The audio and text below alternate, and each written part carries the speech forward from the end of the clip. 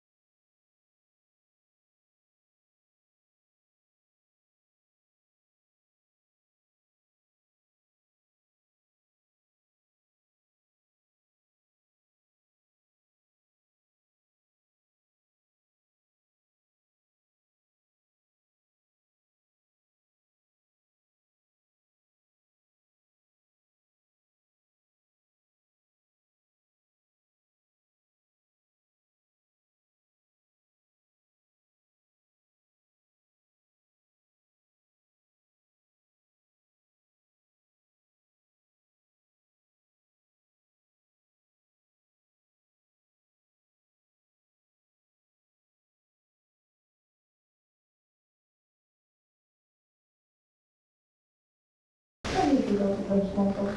So I would try to sand this, but we usually don't do sanding during the demos. You can probably visually see, not really so much there, but where that glue line is.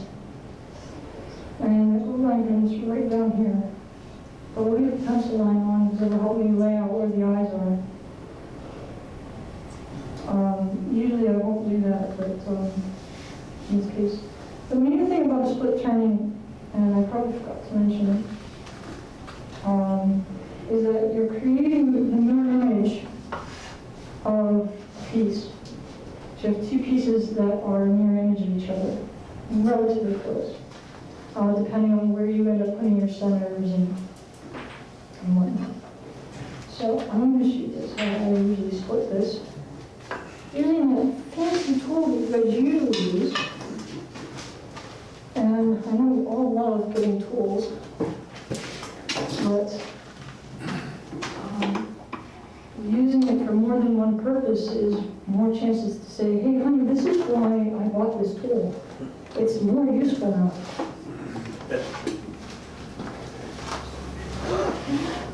Stay.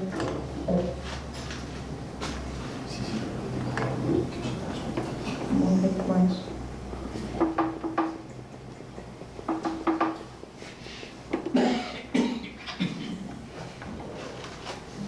I want to say that I enjoy working with China and it's faster. I also have a lot more room here. But one-of-a-kind tool that can be used vertically for splitting.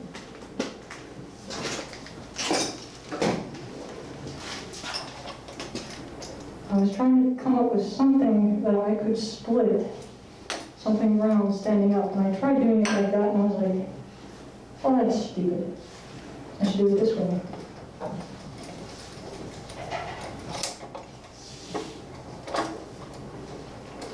And usually, it will sit all nice and flat.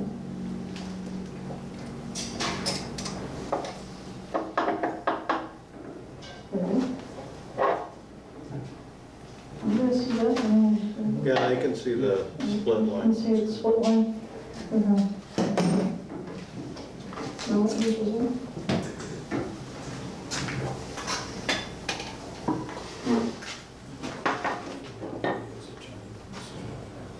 So, good idea, having your hands above the pointed and not being down here holding it.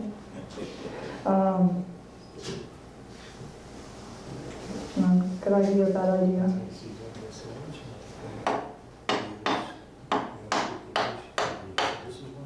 Hey Becky, Yes. have you ever thought of making a fixture to drop the mouse into, like a cylinder that will give you more support? No, not really. This is the heaviest chuck I have. So I figured it shouldn't roll off the table or shouldn't bounce off the table. And besides, the paper is fairly easy to split. So I'm just doing very light taps.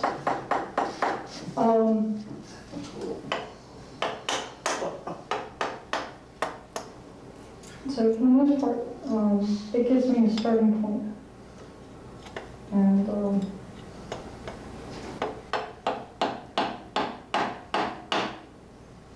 it should be good.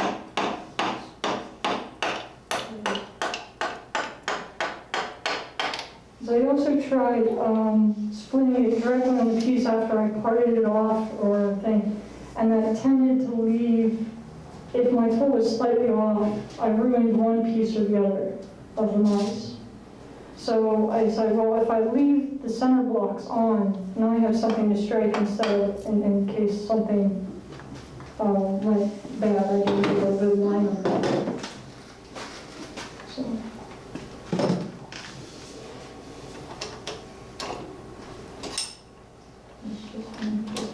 Take it out. Start off the rest of the way. So, did lose a little bit of the mouth of the nose on the one, but that's okay, I can fix that. So I will pass this side around because I only need one mouse. So I'll show you what I'm going to do next. This one, I'm going to show you guys how to pass a little later, but this one will have to go across, and then we'll get to go back to Dave.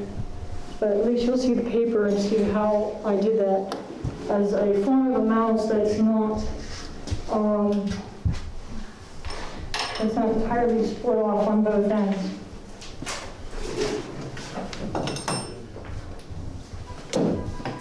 The first time I turned one of these mice,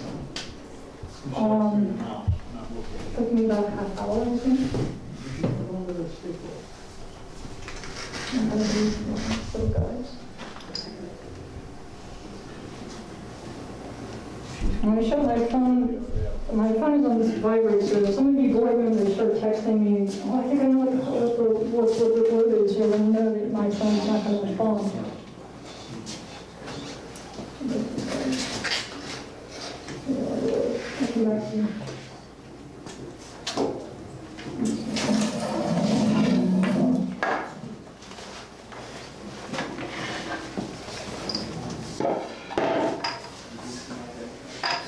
So, you have this on top?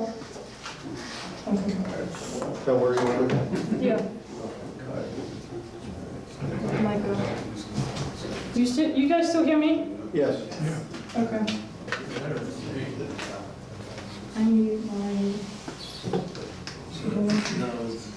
mouse.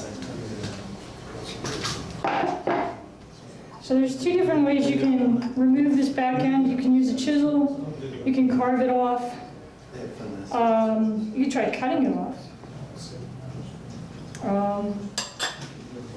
And if you're going to cut it, same deal.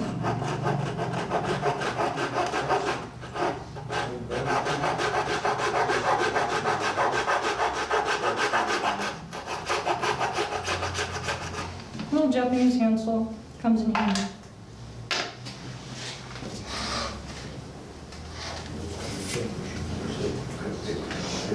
Now, we have the broken head, broken nose.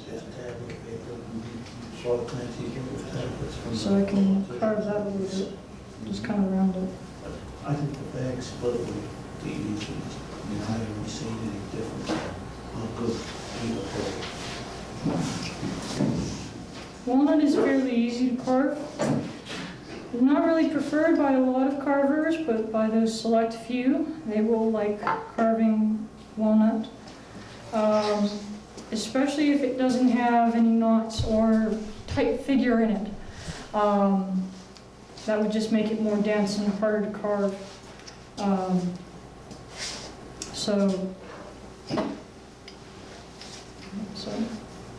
I don't think I brought my glove. That's what I'm trying to work off with my finger.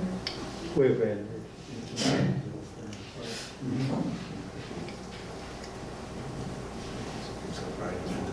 All right, so I'm not going to worry so much. I could have sanded this off in the back, but that's not going to be a big deal. So when I'm laying out for the eyes, I'm usually working him backwards. But I think for you guys, it's a little easier if I have him facing you guys.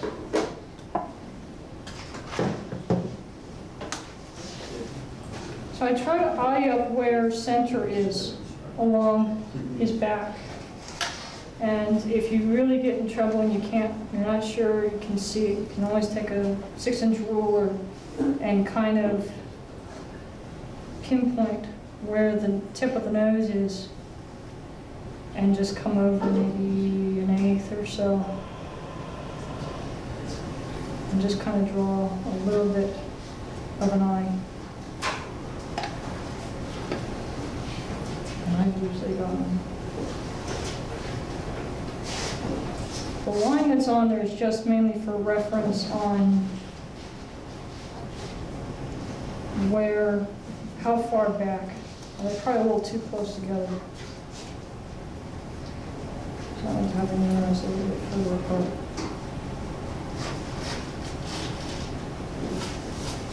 And I'll try to cap the lower part of the nose.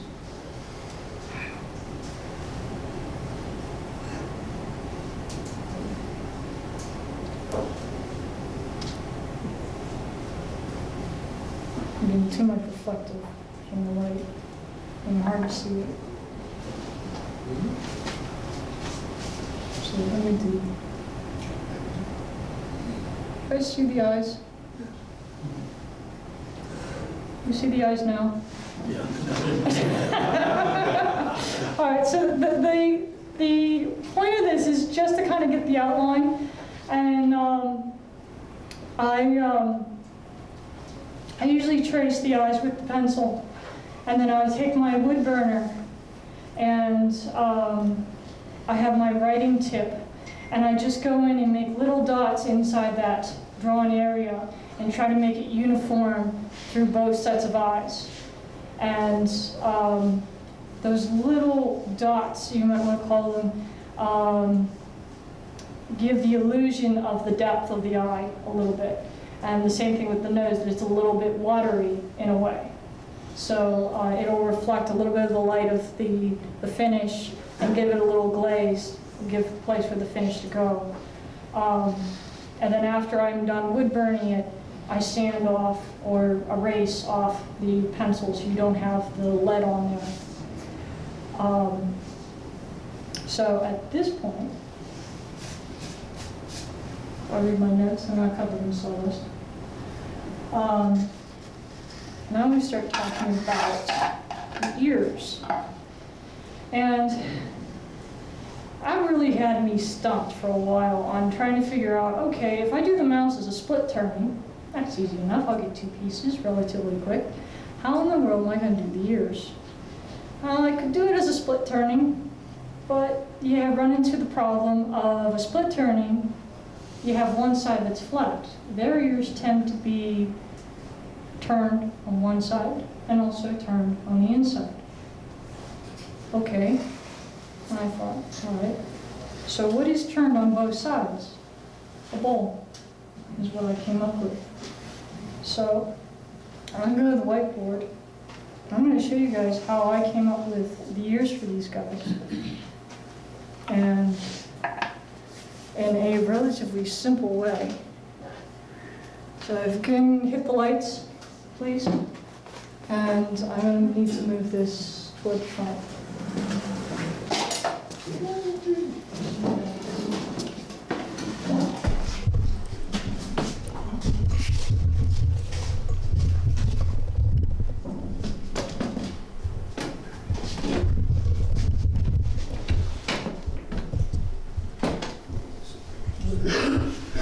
You guys see that? Want me to turn the projector off for a moment? Yeah, just for a second, or more than a second.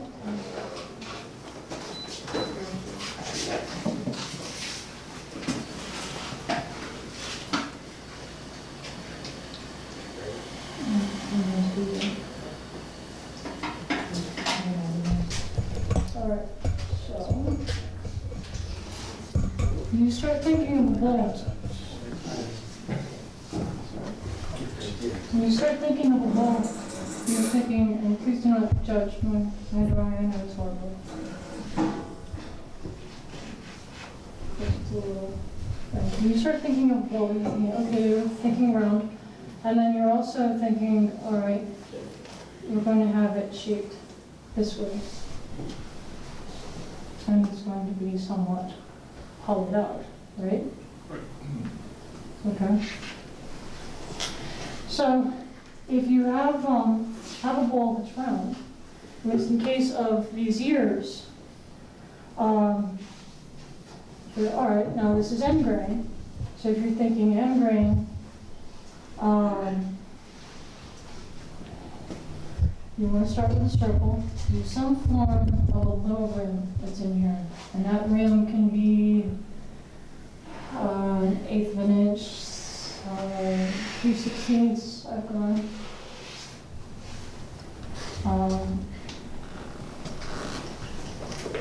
But the, you want it to be hollow and you want it to be round and you want it to be hollow. Now your point of access, or your access on your table is going to be here. So if you think of it as this, you turn it this way and you can hollow it to an extent. Now what do? Well, the ears are not going to be, it can't be, no, it's too wide. This is way too wide to put on that mouse.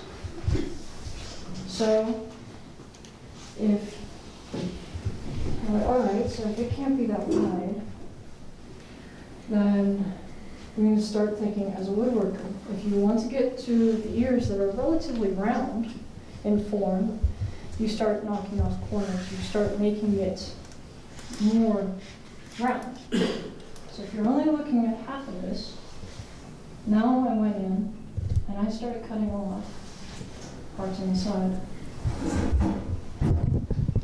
So now,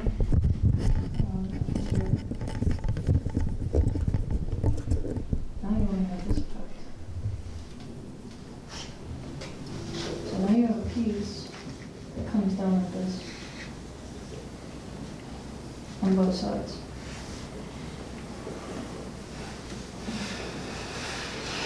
Okay? Now, in this way, what I've done is I go back to that woodworking idea. You still want to get this round, but now you took off about maybe like your 3/8 or 3/16 off. You still have that rim. The grain direction is going up. It's a little harder to use a polyp to see the grain direction going up. It's easier to split with a chisel to have that. Now I ended up doing this on the lathe, and then going and cutting it in half here and half here. So now you have two pieces, two ears that have this shape. Okay? So now, okay, you have two ears. Now I want to start rounding and start shaping them. So you start, as a woodworker, thinking, I'm going to take this corner off, I'm going to take that corner off, this corner, that corner. There's going to be a bit of a corner back here. I'm going to take this corner off and start shaping these. They're going to start coming off. There's going to be corners in here too you're going to want to remove. And I have these little blocks that kind of show that. And this is where our passing is going to improve a little better, hopefully. Because I have one for each side. So it will show where we're at and how it's starting to carve to the finished side. Okay? Now, when I start getting in here, these are actually being cut off on my power cutter. And I usually have a glove on. I thought it was a mouse trap she was setting around. And there's different tips I use. Let me get the tape off.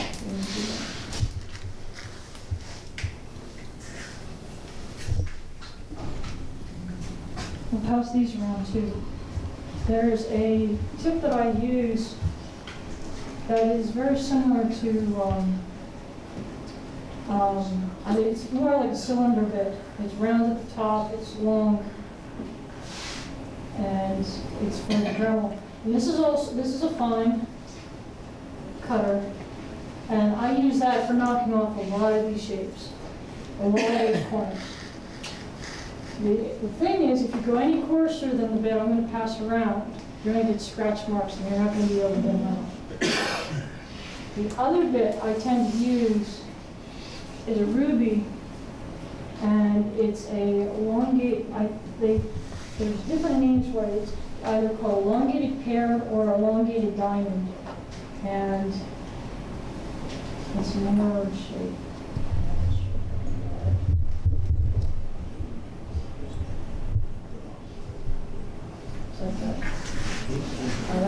That is more, that is a fine too,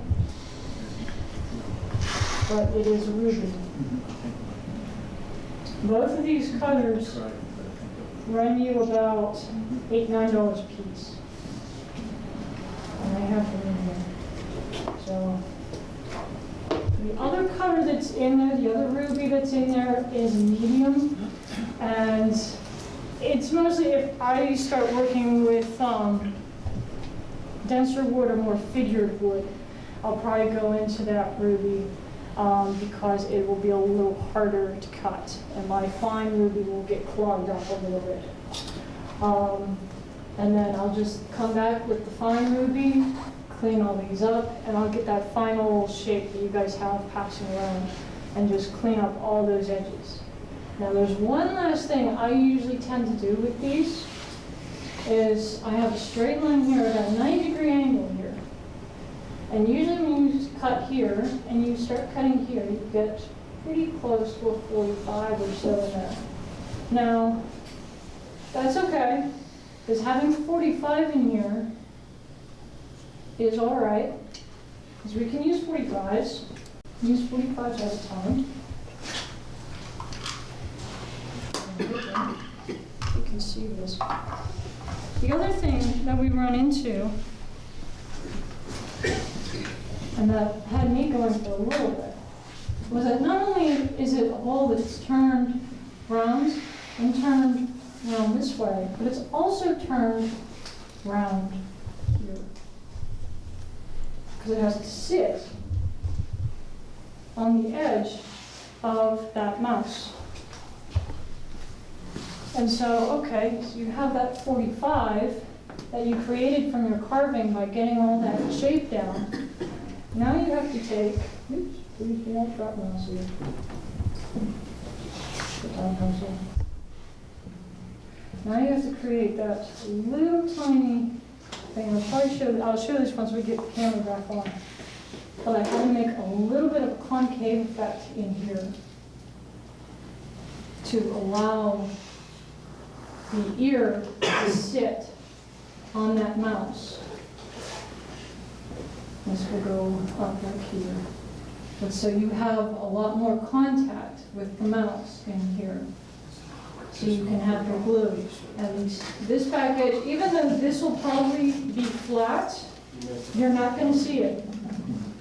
You are not going to see it. Even though you cut it off there, you're not going to see it because this ear, with that 45, will tend to lean back a little.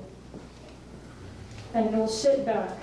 So you're not going to, unless somebody really goes in there with a magnifying glass, you're not going to see it. I'll show you that with the camera. So that is really the idea with the ear. It's a matter of taking a little ball, a little tiny ball, and to give you guys an idea of how small this is.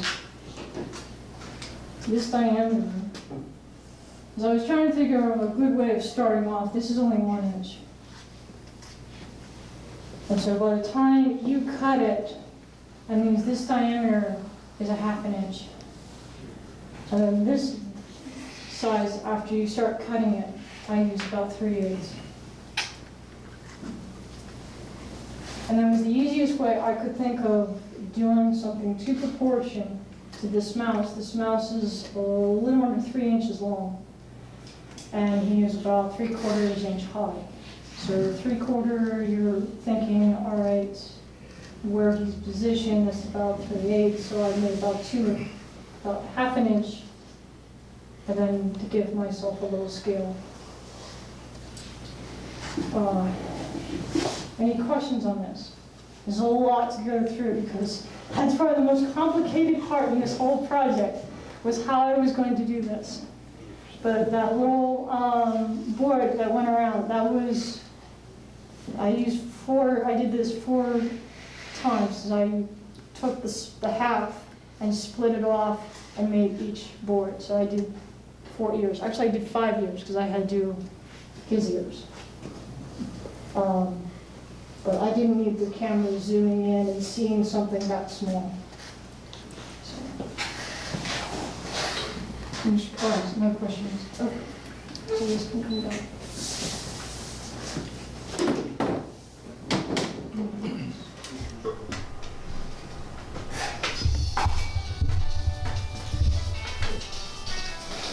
Ready? All right, you want to get the lights off, guys? Okay, we're coming up. No? We're getting late. We're getting late. We're just not. It's coming up. Because I can move them up here. If that's. You gonna work up there? I can have. No, I can just move this camera. You can move that camera? Mm-hmm. Oh, goody. And then we'll switch it to 3. Here we go. Actually, you could probably see that one better. So I need a side view.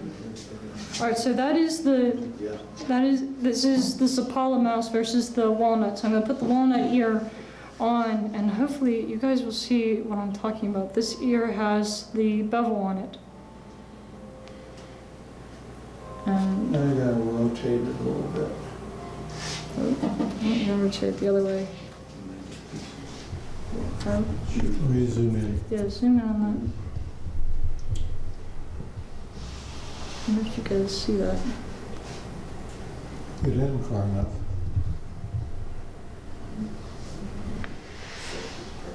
That is, okay, we'll just kind of sit in there. And the better you get on having that ear just kind of sit in there in that groove. I'm leaving it too far forward. So Becky, you put the ear right in the crease. Yes. So how do you glue it? Hot glue or? No, I'm actually using super glue. Oh, okay. And I'll actually hold it in place. So actually, that one didn't turn out too bad. Can you put a... See that? can you That's put probably a- better. Can you pick up a finished mouse and put it next to it? Yeah. Now, these were the first mice I did, so their ears are a little bigger. So I was still playing with it. I'm actually hollowing it more.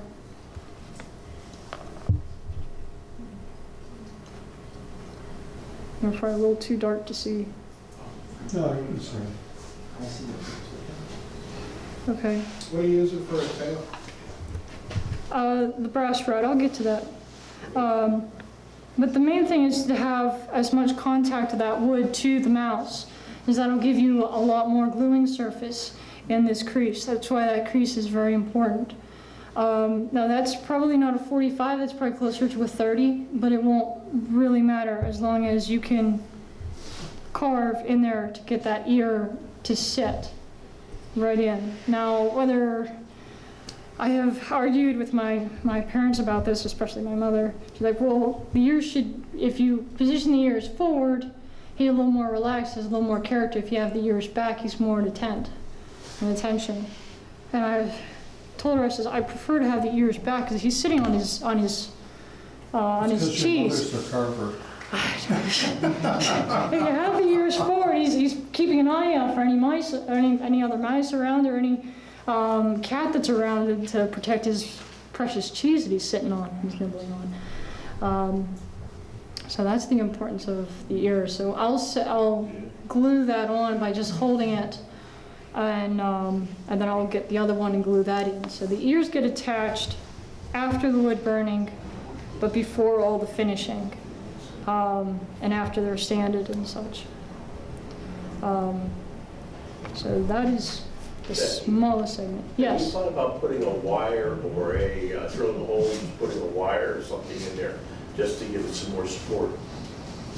Is it needed? I don't think it really needs it. You're not really yanking on the ears. The body is big enough, especially with the box.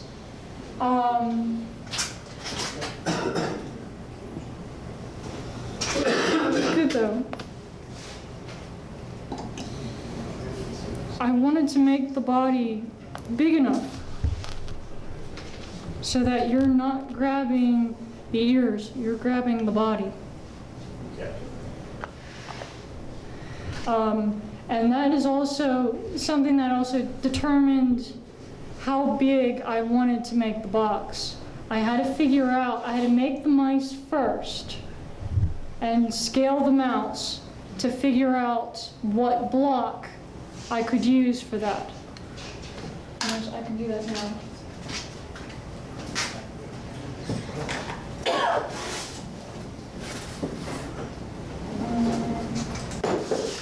I got this box at the symposium in Pittsburgh, and at the time I was thinking, oh, you know, this would be great if I do a mouse one of these days. This is the ideal wood to use for it.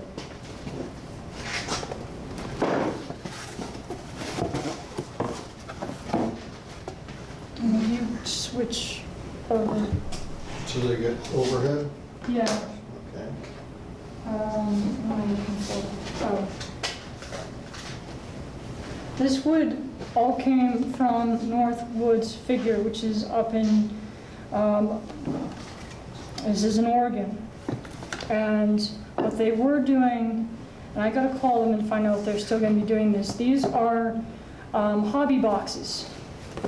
And you pay for scrap pieces of burled or highly figured wood, varying from $60 to like $120, and you get this.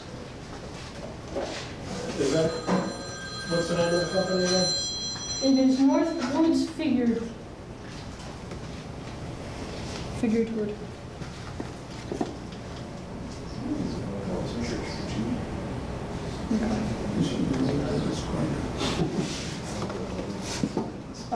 And this is what I was using to kind of figure out how I was going to do the ornaments. I was setting the mice, actually I'll use him, setting the mice on here and figuring out, okay, the mouse is relatively in proportion to the block of wood, so this would be a good ornament. It's a little narrow for doing a box. This is about 1 inch thick.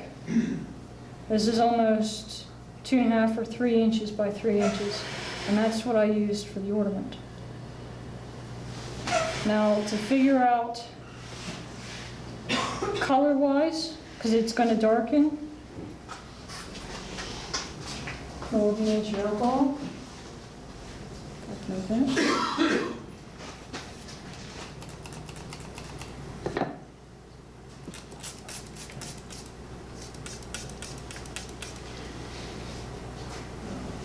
Okay, that'll give you your, that's what a clear finish will look like on it. Now this one has a little bit of red in it. Is that water you're spraying, Becky? It's denatured alcohol. It'll dry, right? It will dry very quickly. Now to see what the mouse, I have this one on the website. This is the one I gave away a couple months ago. That was the kind of look I got. Now, the Zapala on this has more of like a herringbone effect, so that gives the effect that it has fur. So you can do whiskers or whatever with doing this. I know Glenn talked about adding whiskers to the mouse. If you add a little bit of detail, like to the eyes or to the nose, that's all you really need, as far as I found. And a good example of that, and I know a couple of guys know about this. This is an eagle eye carved. This is out of buckeye. I'll bring him in. Nobody, you good, you want that one? This is a piece of buckeye. Nobody wanted this piece. It was sitting on a vendor's table for free. And the block wasn't all that much bigger than this. And all I did was I darkened in the eye, the nose, and the mouth.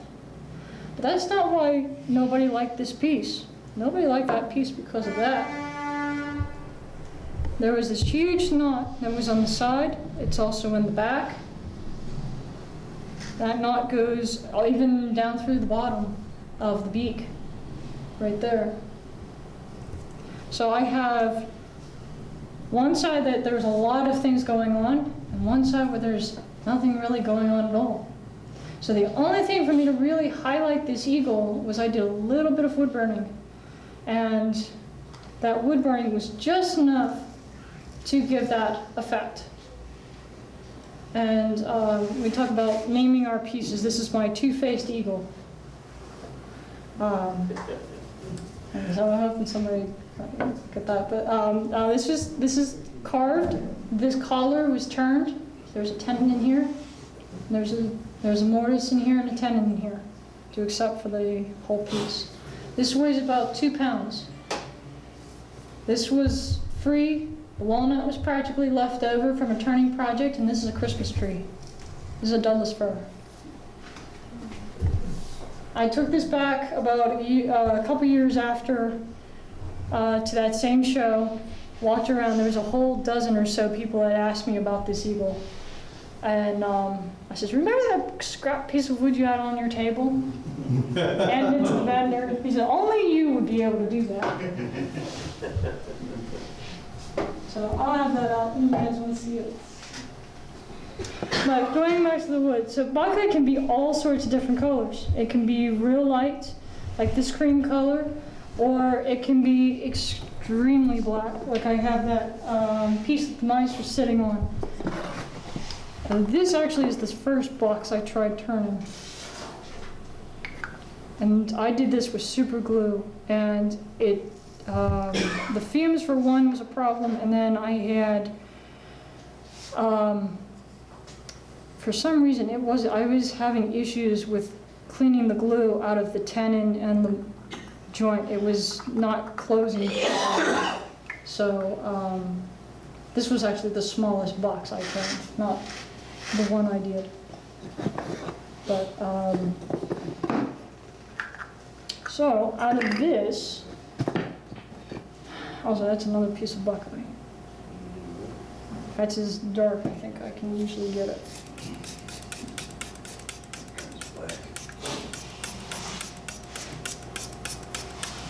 Like buckley was pretty much the ideal piece of cheese.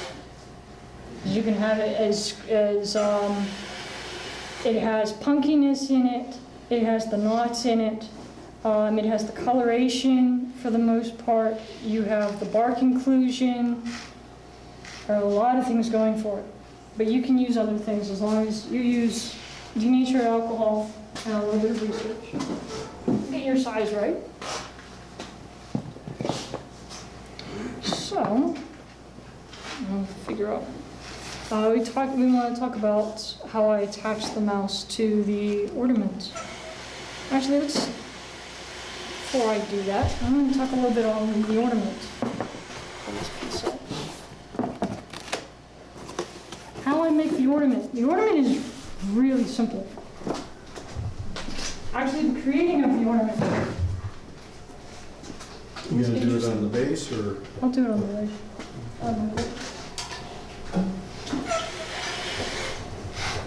Alright, so this piece,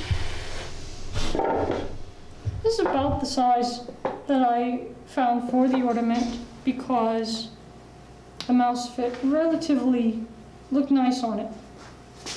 You have to kind of figure out which size you want to use for your top or for your bottom. But the nice thing about doing this ornament, just like the split turning, is when you cut it, you get two pieces. So a little bit of work and you get two results.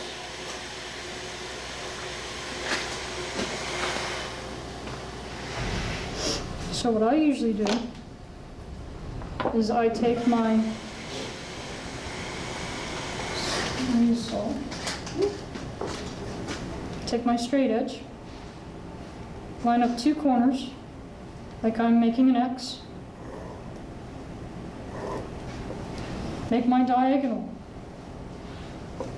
and figure out, okay, which side do I want to use as a waist side or whatever. I'll try to line up this on the bandsaw.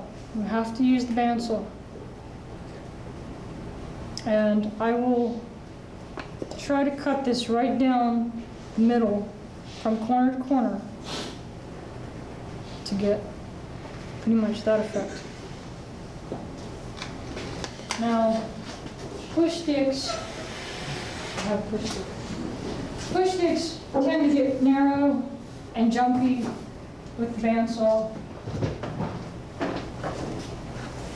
And there was an old, I know we can't use these at the shop, I don't know why. John can answer that later. I make these for at home. And what I can usually do with these, you usually use them like that, is I can usually push a piece through with it like this, or in the middle and angle it between these two. And have my other smaller push stick or a piece of wood pushing it through the top. So there's a little bit of work that's going on in there. There's a little bit of a saw cut there, and that can catch this edge right there. And that becomes quite handy when you're pushing it. Yeah, John? Push sticks and the feather boards we use are OSHA approved, that's why. Thank you. What if you made the block thicker? Would that make it more It stable? might make it more stable. Yeah, the safety's important there. So Yeah, you're doing yeah. good. Most important. Well, like I said,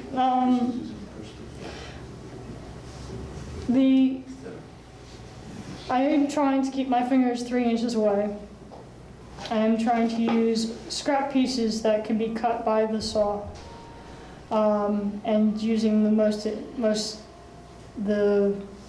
most safe tool in the shop, which is the bandsaw. And I can stop and reposition myself on the bandsaw and push the item through and guide it with another, almost like a chopstick effect. Use one to hold it down, use the other one to push it through, and stop and reposition and cut and everything else to make that diamond. Now this one I've actually taken some of the corners off, and that's done on the sander. And this one had a lot of punkiness to it, especially around the top edge. You could see a lot of the wormholes that were in it. Some of the pieces that broke off from it, that was done either from just coming loose. I try to leave the sharp edges on just for effect. This is not quite sanded yet all the way through. That's sanded. It's a lot smoother. And this will still take me a little bit of time to figure out where I want the mouse to sit on the piece. Becky, if you use a thick piece of plywood, I don't know where you can find any really thick plywood around here, but use a kind of small notch. Use a piece of double-sided tape, stick the block on, and then you can keep your hands out of the way, angle it, and follow that line on your saw. You don't need a fence, but this way you have a larger piece. It's adhered to it with double-sided tape. Yeah. And then you can follow the line, and then you just have to pull it off. Okay. So I knew one of you guys would have an idea. To add to that technique that you, I've just seen something where a guy takes the blue masking tape on both sides, and he puts super glue and an activator on one side or the other, sticks it together and uses it that way as well. And it actually works a little bit better than the double face. You don't have to try to get it off. Okay. You can also use a Jorgensen, wooden Jorgensen clamp. And, That true, yes. affix double-sided tape to it, or this the super glue deal, and open them up a little bit so it's not in compression, but it's in expansion, and run it through that way. See, there's lots of different ways of doing it. Like I said, I've only been toying with these the last several months, and I've only made a few, and so I'm trying to iron out all my little details, but all those are great ideas. It's just what I have available to me and what I was able to use. just thinking on the top of my head. All right, so what I use for attaching. Terry has a good one. Take your table and tilt it to the degree you want, match it up with the mark on you have, Yeah. and then just tilt the table, and you can run it through against the fence. That's true too. Not all of these are flat. This one looks like it's pretty flat.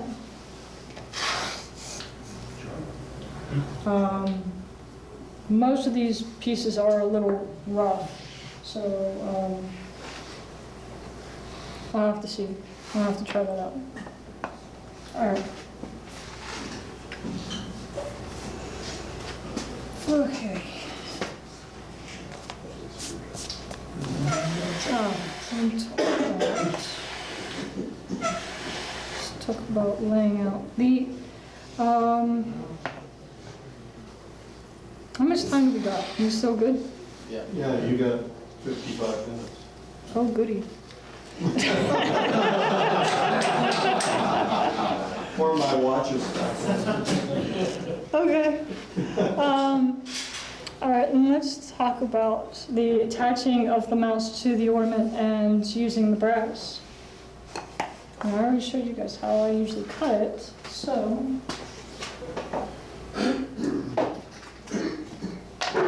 The laying out for the brass, I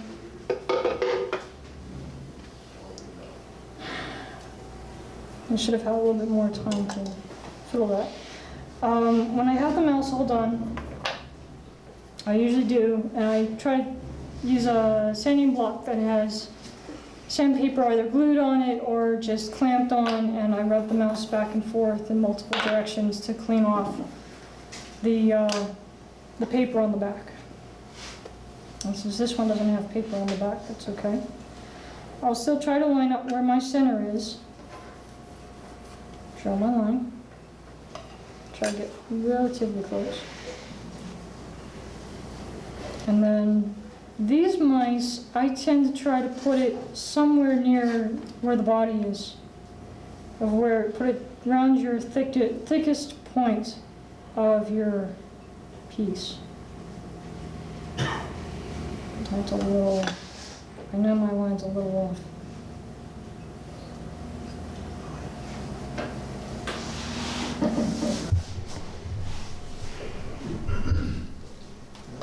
That's a little better. Can you see that? So this is probably where I would drill my hole. And that would be a 16th inch drill bit and just a using it.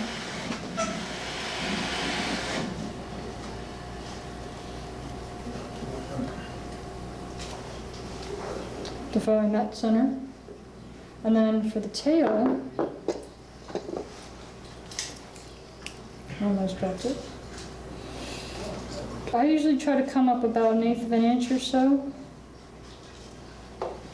And then, same thing, try to center that to where the body is. Looks about right.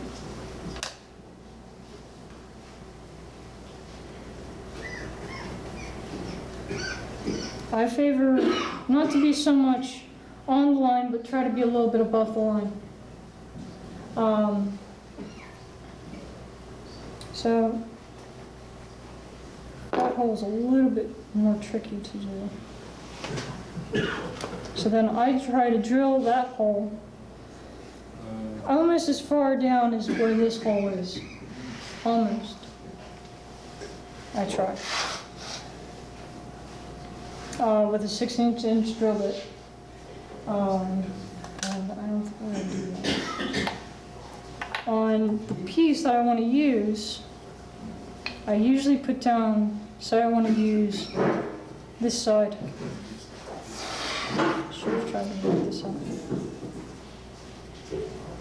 If I'm going to use the mouse like that, and I need to find where this mouse is going to sit.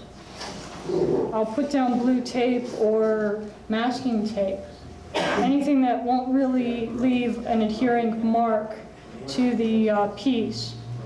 And I'll hold the mouse and I'll trace the mouse on that tape.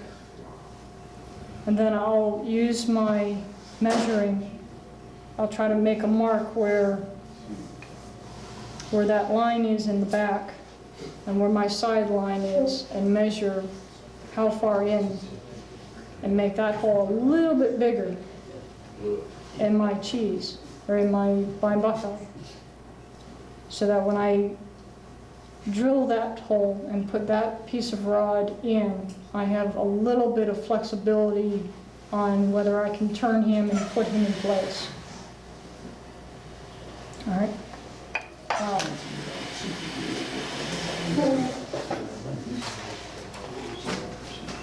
I used to buy rod in long, straight lengths. Well, you can pick up these at the hardware store. These are 25 feet long of steel 16th inch rod and brass 16th inch rod. And the whole mouse I use about a little under 4 inches. So this 25 pack roll will go a very long way. And brass rod, I don't care that it's really all that much bent, because I'm going to bend it anyway.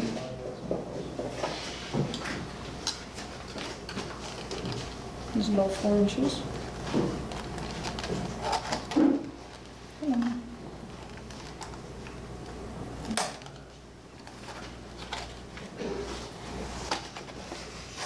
Becky, what got you started in making mices? What got me started? I wanted to see if I could do it like that Turner said. I was collecting, every year I go to a little mouse at that carving show, and it just got me wondering. I was like, well, I know there were a few other turners that turned mice and pierced mice, and I was like, all right, I need something fast and easy for the ornament exchange and the box exchange. How hard could it be to turn a mouse? And so I just started playing with it.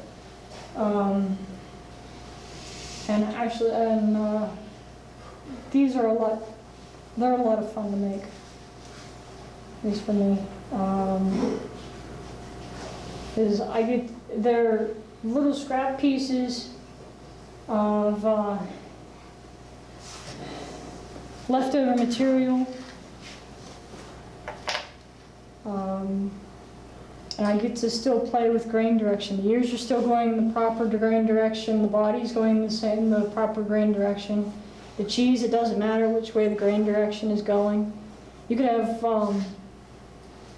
spalted wood as the cheese, and it could be a totally different breed of cheese. It's just so different, and a lot more different avenues in doing this piece. So many different options. My mother was asking me, why don't you make a light colored mouse? I was like, well, then I need a dark piece of cheese, because it wouldn't show up. But I'll probably end up doing something like that. I just have to get blocks ready.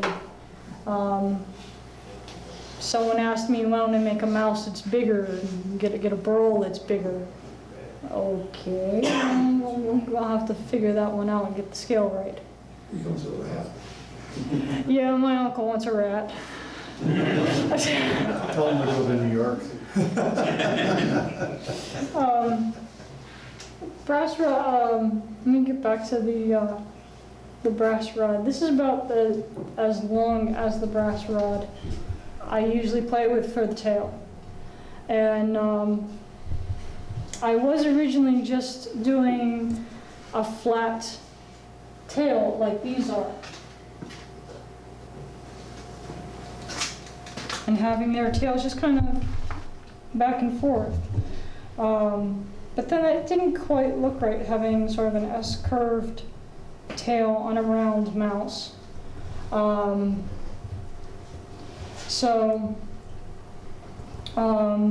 why I decided to try to put the mouse tail up and around the cheese. Can you put up the packages of the material when you're done, the 2 packages? You should be able to put them all upstairs. Yeah, hold them up upright so you can read the process. Turn it. It's just, your hardware store would have go in the wire section, you'll find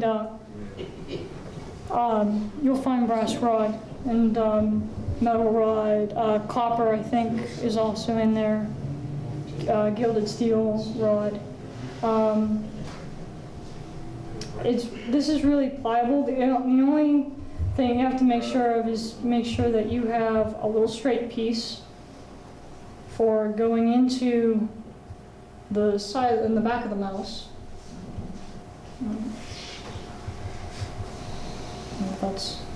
You're going in this way. And then you'll end up curling this, depending on your position of your mouse.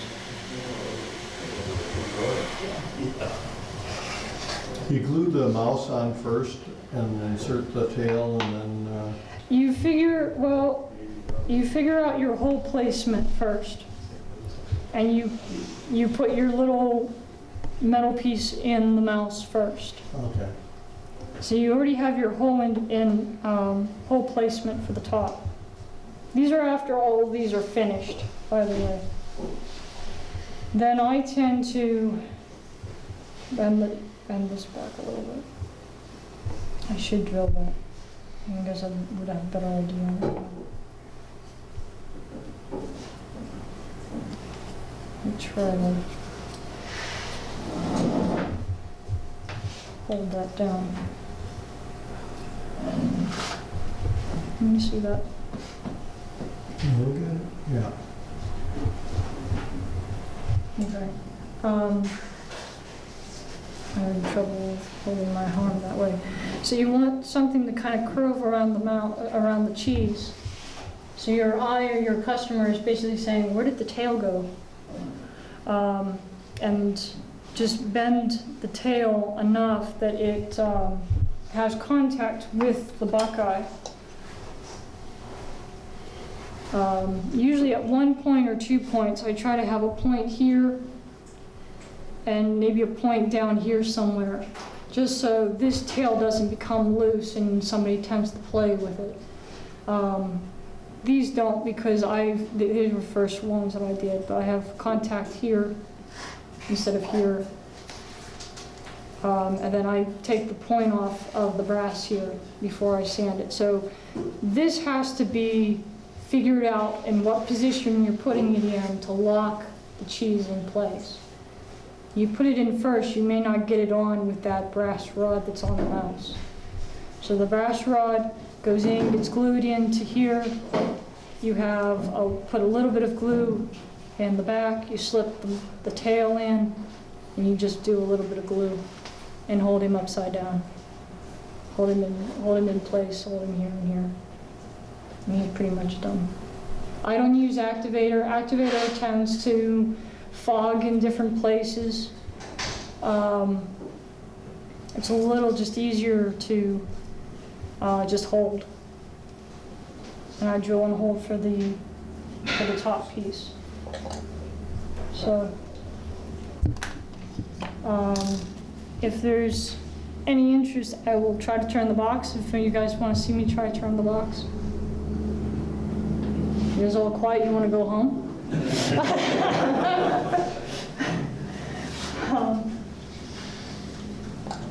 And throw on the box real quick.